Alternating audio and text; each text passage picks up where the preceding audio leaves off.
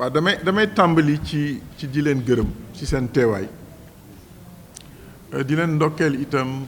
ci liggéey bi nga xam ni moom ngeen di def saa yu nekk ci jàppale li ngeen di def ci réew mi di tasaare xibaar yi li tax tey ñu daje fi mooy jafe-jafe yi nga xam ni moom la ñu jàkkoonteel ci wàllu liggéey bi ñuy fàttali que daaw bi nga xamee ni ñu ngi soog a génn ci Covid bi dañu amoon ay jafe-jafe yi ko gënoon indi mooy njëgu blé dafa yokk woon ba tar waaye état bi daf ñu tënkoon ci benn prix ca booba njëgu farine mi ngi doon 16 600 francs CFA waaye état nangu woon na ni prix bi dëgg-dëgg moo doon 19 300 ñu jàppoon ni nag jaay di perte loolu xel mënu ko woon nangu bi nga xamee ni dem nañu ba ni dañuy banque suñu loxo parce que mënatuñu dem dañu am waxtaan bi nga xamee ni CNP moo ko jiite woon ñu lëkkaloo ak ministère des finances mu ñaan ñu tàmbaliwaat liggéey bi waaye nag dafa am dige bu mu ci dugaloon ne woon bu ngeen mënee tàmbali seen liggéey fekk arrêté bi nga xam ni mooy dëggal prix wu 19 300 bi ñu mën koo xaatim diggante bi nga xamee ni nag moom la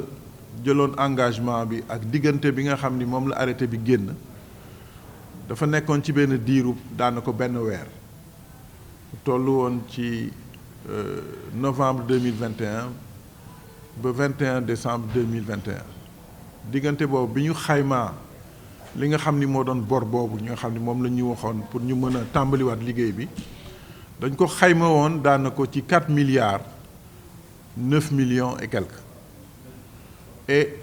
ñu waxoon ni ñu dinañu ko fay ci diir bu mu gën a gàttee pour que liggéey bi mën a gën a yomb ci ñun diggante bi li xew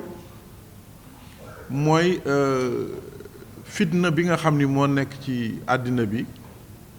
fitna bi nga xam ni li ko yee mooy xeex bi am diggante Russie ak Ukraine xeex boobu nag lëmbale na àddina bi yépp ba nga xamee ni li nga xam ni mooy njëgu blé dafa yokk bu jéggi dayoo te yokk boobu bu ngeen ko seetloo dafa am lu ci rax maanaam dollar bi ci boppam dafa yokk waaye soo weesoo dollar bi maanaam fret maritime bi itam dafa yokk parce que ñëpp yëg nañu baril de pétrole bi itam yokk na loolu yëpp bu ngeen ko dajalee moo indi njëgu blé toll foo xamee ni jéggi na dayoo bi loolu amee état bi ni ñu yéen dey da ngeen ci war a jàpp ji nag mooy su doon sama sago dara du yokk ci dëkk bi dara du yokk waaye comme ni ngeen ko xamee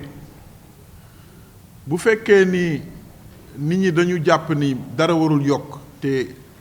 njëgu blé weesu na 325 euros état bi ni nu léegi man li ma ci mën a jàpp mooy diggante mars ak waxtu bi maanaam ci benn trimestre ñu xayma ko mu doon 180 000 tonnes bi nga xam ne moom la ñuy produire meññee moom la ñuy produire ci benn trimestre loolu moom jàpp leen ni lu ngeen munti jëndee blé bu fekkee mi ngi ci diggante 325 ak 500 euros tonnes man maa koy gàddu boobu nag moo indi bor bu weesu 10 milliards 10 milliards yooyu nag fekk ci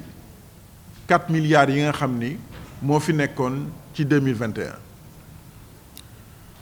ñu ni nag fi mu toll nii bor boobu mi ngi commencé di tënk usines yi maanaam trésorerie xaalis bi nga xam ni moom nga war a mën a jëndee maanaam li ngay soxla ci àddina bi daanaka dafa commencé di metti léegi nag ñun li nga xam ni moo ñu fi tax a toog tey mooy waxtaanaat bu baax ak boroom kilifa réew bi ak ministre yi pour que bor boobu ñu mën ko fay pour mën a liggéey bu jaar yoon parce que fi mu toll nii ñaari bor yooyu tax na ba yenn usines yi léegi pour ñu mën a commander blé daanaka dafa metti ci ñoom mën naa ni sax mënatul nekk léegi nag li nga xam ni moo war a mën a am mooy ñaari mbir mooy continuer li nga xam ni moom la lépp ñëpp namm mooy dara bañ a yokku